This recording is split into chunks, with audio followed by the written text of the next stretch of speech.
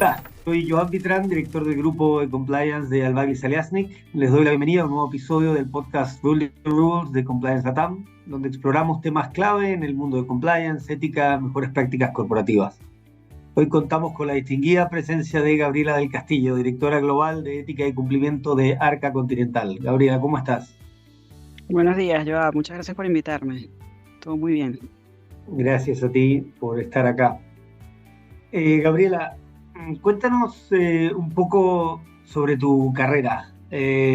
Particularmente me interesa mucho si puedes abordar el periodo en que trabajaste en Caracas, en Polar, obviamente en un entorno muy complejo, con un Estado de Derecho, para qué decirlo, muy frágil, y liderar temas regulatorios y de compliance en esas condiciones se hace complejo. ¿Cómo lo navegaste? Cuéntanos un poco.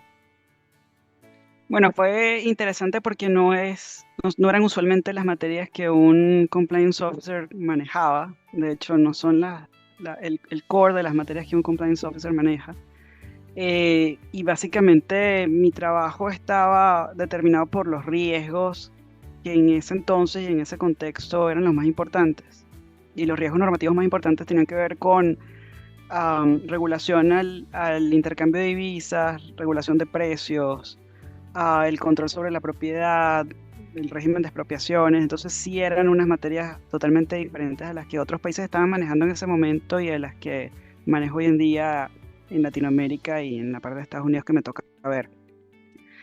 Fue interesante porque no son además las materias que uno está acostumbrado a ver en la universidad, y porque requerían mucho involucramiento con el negocio, a un tipo de controles y de procedimientos muy diferentes a lo que uno está acostumbrado a ver. Por ejemplo, durante los 16 años que estuve allá, buena parte de los 16 años había control de precios y eso y, im- de alguna manera me hacía entrar a ver estructuras de costos de productos regulados con el negocio, entender volúmenes que se estaban produciendo y se estaban distribuyendo en el mercado, entender si estábamos cumpliendo con cuotas de producción, entender qué sucedía con otros SKUs de productos que estaban fuera de regulación. Y de alguna manera la operación también se convertía en parte de compliance porque todo su diseño de negocios estaba determinado por cumplir con las normativas legales en esa materia. Entonces sí fue un tiempo muy interesante, había un exceso además de regulación en todos estos ámbitos que te menciono. Eh, Esa regulación se ha simplificado con el tiempo, digamos, todavía hay regulaciones de precios y restricciones cambiarias, pero son mucho más sencillas de navegar de lo que eran en ese entonces. También digamos que digamos, las expropiaciones y las implicaciones legales sobre el reconocimiento de la propiedad y sobre demostrar que tenías propiedad sobre algún inmueble también han variado mucho en el tiempo y son mucho más sencillas, pero es un trabajo absolutamente diferente, con el mismo proceso y la misma metodología, pero absolutamente diferente al trabajo que hago actualmente. Muy impresionante. Y cuéntanos entonces cómo llegas ya definitivamente a el mundo de compliance. Porque de alguna manera pasaste a algo más amplio a, ¿verdad?, enfocarte y a liderar el programa de compliance. ¿Cómo se da eso en tu carrera en general? Bueno, en ARCA existían las funciones de cumplimiento, de ética y cumplimiento dentro de la organización, pero de alguna manera descentralizadas. Auditoría interna hacia una parte, capital humano hacia otra, asuntos públicos y comunicaciones hacia otra, legal hacia otro. Y cuando yo llego a la compañía, llego un poco a diseñar lo que son los procesos propios de una dirección de ética y cumplimiento, a reorganizar, a traerme las funciones y los procesos que hacían, a revisar un poco contra nuestras obligaciones que estábamos haciendo y que no. Hay procesos que algunos procesos estaban mucho más maduros que otros y mucho más robustos y había que mantenerlos y otros había que diseñarlos desde cero. Por supuesto, los riesgos en México eran muy distintos y las obligaciones, tuve que asumir las obligaciones propias de un oficial de cumplimiento en las materias que son core de la función, como el tema anticorrupción, lavado, financiamiento del terrorismo, y después nos hemos ido metiendo en otras regulaciones también importantes que representan algún riesgo para el negocio particular en el que estamos. con la complejidad de que en este caso son 5 países en los que distribuimos y tenemos negocios, y aunque las regulaciones en Latinoamérica son bastante parecidas, sobre todo estas regulaciones que son eh, nuevas, por decirlo de alguna manera, tienen poco tiempo, las han venido promocionando organismos internacionales también, el cómo debe regularse estos temas en los distintos países. Entonces hay muchas conexiones entre las distintas legislaciones. Digamos que en Estados Unidos probablemente hay más diferencias con Latinoamérica en estas regulaciones que entre el propio Latinoamérica, pero hemos logrado centralizar los diseños y los programas con mínimas adaptaciones. Y cuéntanos un poco en ese liderar, digamos, distintos países, ¿verdad? Con distintas culturas. ¿Cómo enfrentas el desafío de cascadear, digamos, un programa de compliance considerando esas diferencias, ¿no? En los lugares donde operan? Tanto en materias de la capacidad para preguntar, para levantar la mano, para decir que no, así como también la forma de hacer negocio en distintos países. ¿Cómo lo manejan? Sí, yo creo que ahí que me acabas de dar un punto de dolor, porque esa siempre va a ser la dificultad más grande para un oficial de cumplimiento, el cómo bajar esos mensajes, el cómo educar a tu población. Y en el caso particular de Arca, que es un negocio de consumo masivo, el 80% de la población nuestra son operativos, es personal operativo y no están ni siquiera en un espacio establecido fijo, sino que están trasladándose en un camión. Y eso lo hace muy diferente. No solo el 80% son operativos, sino que no están ubicables, están manejando. Y nosotros hemos sido bastante exitosos en bajar y educar a lo que es el personal administrativo y algunos mandos medios. Sin embargo, sí notamos una brecha importante en los mensajes cuando testeamos en el personal operativo. Y eso, como te digo, principalmente tiene que ver con la naturaleza del trabajo que realizan, el poco tiempo que pasan en las instalaciones, el poco tiempo que tiene el personal de ventas para dedicarse a capacitación o a ver videos, la falta de equipos electrónicos, porque estas personas no tienen un handheld que es con lo que hacen la venta, pero no tienen una dirección de correo electrónico, no tienen un perfil en nuestros sistemas, no tienen un equipo de computación que puedan utilizar. Entonces llegar se hace muy difícil. Tenemos pues como meta distintas áreas, porque esto no solo afecta a compliance, afecta al propio equipo de capacitación corporativa, ¿no? Afecta al negocio en la posibilidad de bajar mensajes e instrucciones. Y estamos entendiendo cómo organización mejorar eso, trabajando en conjunto con la operación, porque realmente no estamos siendo tan efectivos en nuestros mensajes, ¿no?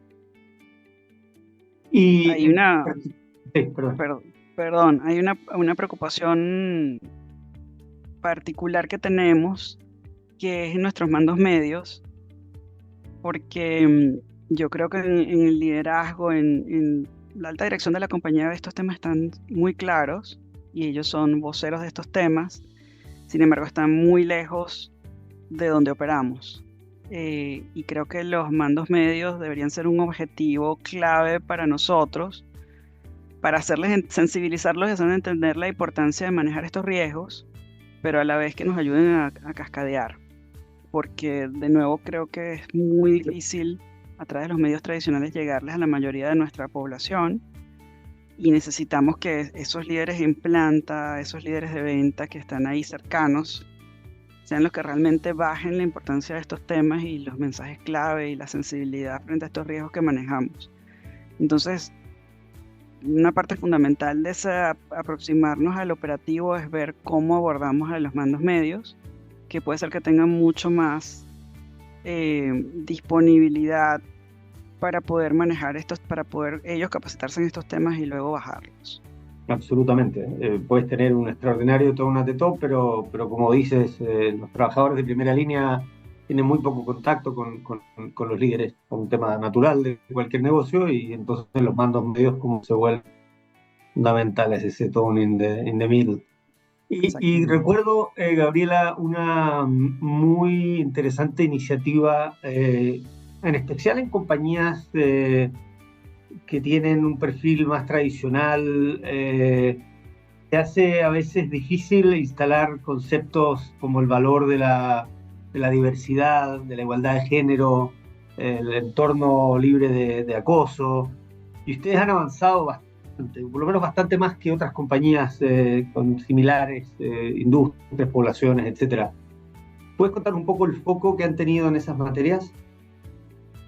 Sí, lo hemos conversado antes y yo sé que conoces un poquito de esto, pero sí es unas iniciativas que nos han traído muy buenos resultados ya. Tenemos más de 4 años trabajando en una estrategia que gira en torno al respeto para a partir del respeto trabajar temas de diversidad e inclusión, temas de acoso, de hostigamiento, de bullying, y en general la aproximación que le hemos dado a esos temas es de generar ambientes de trabajo respetuosos, porque ese ambiente de trabajo finalmente conduce a productividad, conduce a mayor creatividad, innovación, a menos rotación, más engagement. Entonces, hay un lado positivo de comportarse civilmente dentro del ambiente de trabajo que nosotros podemos aprovechar, mientras al mismo tiempo evitamos situaciones de acoso, evitamos situaciones de irrespeto, somos más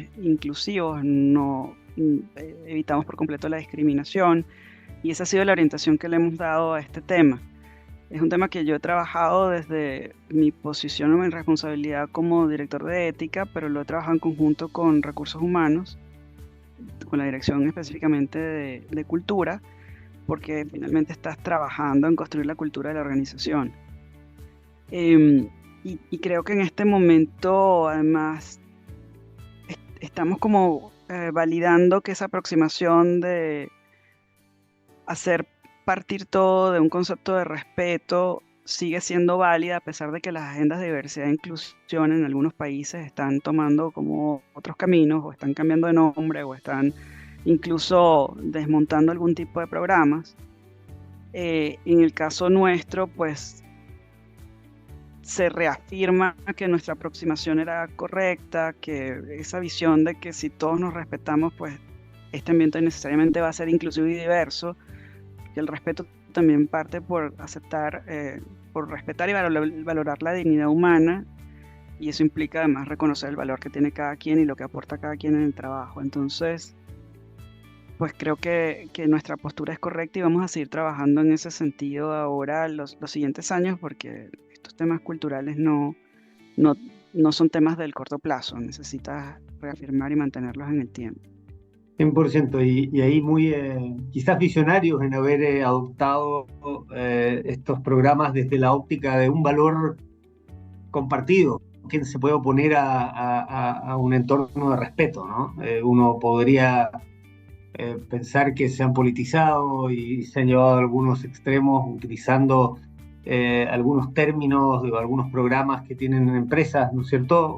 O instituciones educativas, pero en el respeto creo que nos encontramos todos y como bien dices, da una visión además de largo plazo que no es susceptible de tensiones momentáneas del contexto político. Así que muy notable eso. Además cruza fronteras, ¿no? El respeto puede significar algo un poquito distinto en un lado que en otro, pero todos lo valoramos y todos buscamos entornos con respeto. Así que muy notable. Cuéntanos un poco en términos de lo que ya es tu experiencia y habiendo visto el desarrollo. Comentaste algo de que las regulaciones en general van convergiendo en algunas materias, pero Latinoamérica tiene un camino que no ha sido, digamos, necesariamente lineal en términos de avanzar hacia mejores estándares. También porque hay una parte de compliance que tiene que ver con un Estado de Derecho que funciona, robusto, donde las reglas se respetan, instituciones, ¿no es cierto?, funcionan. y por lo tanto también algunos países tienen diferentes grados de evolución en estas materias. ¿Cómo lo ves tú? ¿Cómo lo has visto? ¿Crees que en general vamos avanzando más allá de algunos tropiezos puntuales? ¿Ves que estamos estancados? ¿Cuál es tu óptica y tu visión hacia adelante? Bueno, creo que coincido totalmente con lo que dices y creo que hay una diferencia muy grande entre el diseño de las regulaciones en Latinoamérica y cómo termina siendo la implementación y cómo la autoridad del regulador termina exigiendo la implementación de su propia ley, ¿no? Ahí hay una diferencia muy, muy grande. Yo creo que un ejemplo perfecto de esto son las leyes de privacidad en nuestros países. Nosotros estamos apegados en Latinoamérica a la regulación en Europa, que es mucho más exigente que la americana, y estamos, digamos, ha habido una reciente reforma de leyes de privacidad en Latinoamérica, todas enfocadas en Europa. Y en realidad ves al regulador muy pasivo. No ves reguladores activos revisando el cumplimiento de la norma. Sin embargo, sí veo en las grandes empresas una preocupación importante por generar controles y procedimientos y tratar de blindar un poco las organizaciones de, pues, mal manejo que se puede hacer con datos personales, ¿no? Pero creo que ese empuje dentro de las empresas viene también muy acompañado por las estrategias de seguridad de la información que traen los directores de tecnología de información, ¿no? Son temas que están, digamos, entre las dos áreas. Son temas de cumplimiento normativo, pero a la vez son temas de seguridad. Y creo que la agenda de seguridad está empujando mucho que las empresas sean muy cuidadosas con cómo establecen su manejo específico de los datos personales de los empleados, de los clientes, de los consumidores. Y déjame Pero hacerte ahí una se ven. pregunta, un Sí, sí, doble sí. clic, porque me parece muy notable cómo en cada una de las materias que cubres mencionas una alianza fundamental con otra área de la empresa, algo que no es tan común, porque muchas empresas compliance tienen que hacerse un lugar y casi funciona en una isla. Tú para todo el tema de diversidad, prevención de acoso, trabajas codo a codo, como decías, con el área de personas, recursos humanos, te apalancas en comunicaciones, ¿verdad? Que ya tiene la compañía o en capacitaciones. Y acá en el tema de privacidad, protección de datos, ciberseguridad, trabajas con el área de tecnología muy de la mano y veo que hay una alianza fundamental. ¿Cómo construyes eso? ¿Cómo, hay mucha gente que llega a estos cargos y dice, bueno, ¿cómo empiezo? ¿Cómo hago que me tengan confianza, que entiendan que estamos en el mismo bando, que no soy el sheriff, etcétera? Cuéntanos un poquito cómo lo hiciste. Bueno, yo creo que esa es una de las recomendaciones que le doy a cada una de las personas que entra a trabajar en mi equipo, que le digo, mira, una de tus funciones principales es hacer conexiones dentro de la organización y establecer relaciones de colaboración, porque nuestro trabajo básicamente ha ido evolucionando en los años, ganando espacios y ganando a través de esas relaciones de colaboración alianzas, ¿no?, internas. Otra de las alianzas de la que también hemos conversado en el pasado es con los departamentos de abastecimiento de los negocios y cómo implementar ahí todos los esquemas de due diligence de proveedores que pudiéramos implementar. Ahí se alinean por completo sus intereses, los intereses de abastecimiento, de tener los riesgos controlados con respecto a sus proveedores, y por nuestro lado establecer los controles específicos que queremos establecer con respecto a ellos. Entonces, esa ha sido otra alianza interesante de explorar, que también he conversado con mis pares, porque abastecimientos, esos equipos cada vez se digitalizan más, porque necesitan ser mucho más rápidos, más ágiles en sus contrataciones, más eficientes, y es muy fácil en esos sistemas que ellos tienen diseñados, montarte tú y decir, oye, yo tengo que hacer un pasito adicional aquí que no te va a impedir tu proceso de sourcing, pero que va a ser muy fácil de diseñar porque ya tú tienes todo esto automatizado. Entonces, hemos podido crear esa alianza también con ellos, que ha sido muy valiosa, porque en Arca esa es una de nuestras fortalezas, ese proceso de manejo de riesgos de terceros, específicamente de proveedores. Yo creo que lo hemos desarrollado a un nivel que muy pocas empresas en México lo deben tener, en México y en Latinoamérica. Y sí, ha sido sentarte a hablar, bueno, ¿cómo haces esto? ¿Qué planes tienes tú? Etcétera, y ver cómo puedes tú incorporarte en esa agenda que es mucho más grande que simplemente ir con una agenda de cumplimiento normativo a pedir recursos. Y también lo hemos hecho con la gerencia de sustentabilidad, porque las conexiones entre los temas de ESG y los temas de compliance son, prácticamente estamos conectados en las tres letras. Sí, tenemos muchos trabajos en conjunto también, por ejemplo, el tema de derechos humanos es un tema compartido entre sustentabilidad y compliance, y ahí pues sumamos fuerzas para mover la agenda internamente, mover recursos, mover gente, y buscamos alineación con distintas áreas. Me están haciendo señas que vamos a hacer la última pregunta, pero necesito, porque además me consta, que expliques también un poco, así como en este contexto de recomendaciones, cómo logras el convencimiento, la llegada a la junta directiva, en algunos países consejo de administración, al directorio. ¿Cómo logras construir esos espacios, como digo, estar en la agenda, esa confianza, esa reportería, pero a la vez ese apoyo? ¿Cómo se hace? En especial te pregunto porque también, de nuevo, en nuestra región, muchas empresas que no logran tener ese canal, no llegan los o las compliance officers a esos cargos con eso construido, y toma mucho tiempo poder llegar a estar en esa espera. Entonces, ¿qué podrías recomendar a aquellos profesionales de compliance que están intentando alto el gobierno corporativo para poder liderar como corresponde estas materias?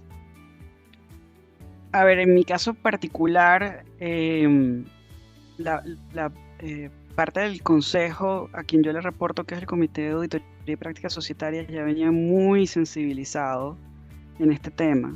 Y era más bien la fuerza dentro de la compañía que exigía que estos procesos se hicieran mucho más formales y que pasaran por un proceso de maduración mucho más rápido. Entonces, con el consejo, pues ese no es un problema, más bien son una fuerza de cambio muy fuerte, que a veces yo no puedo darles la respuesta a todo lo que me piden a la velocidad que me lo piden, ¿no? Y estoy ahí un poco de intermediario entre la administración y el consejo, equilibrando un poco las demandas y las contrademandas del otro lado.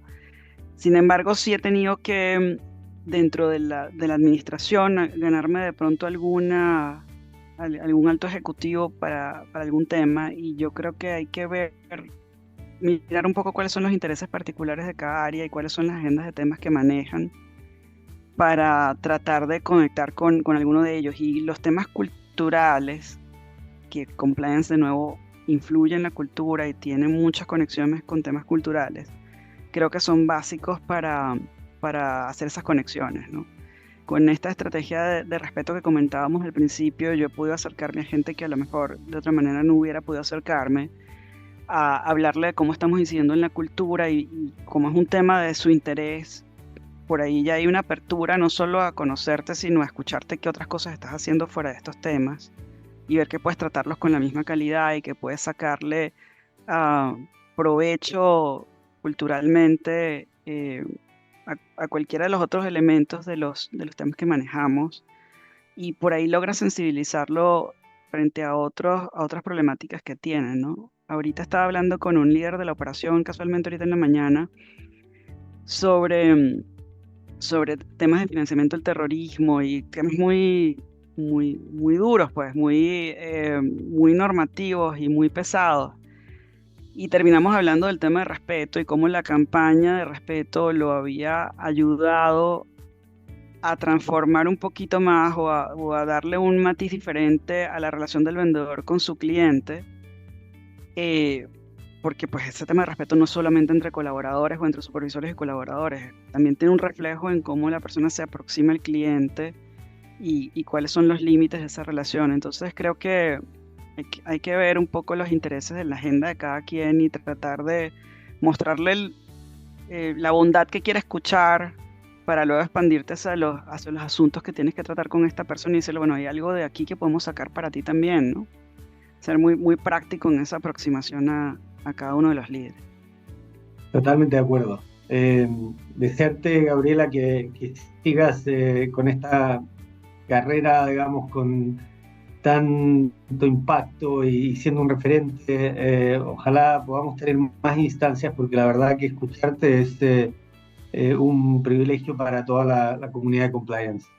Ha sido un placer tenerte acá, Gabriela. Muchas, muchas gracias. No, muchas gracias a ti, Joab, y muchas gracias. Podemos aprender de otros líderes de compliance en la región. Para nuestros oyentes les recordamos que no olviden seguirnos en LinkedIn e Instagram como Compliance Latam. También están invitados a visitar la página compliancelatam.legal. Actualmente tenemos disponible mucho material de interés, guías comparadas en protección de datos, fintech, laboral, libre competencia, etcétera. Pueden descargarlos a través de la sección de ebook. Les recordamos que el 27 de noviembre tendremos nuestro segundo foro Compliance Latam, evento presencial imperdible en el Hotel Ritz de Santiago de Chile. No olviden compartir este episodio. Nos vemos en el próximo para seguir conversando sobre compliance, promover mejores prácticas, recomendaciones. Hasta la próxima, Gabriela. De nuevo, muchas gracias. Gracias, Joab.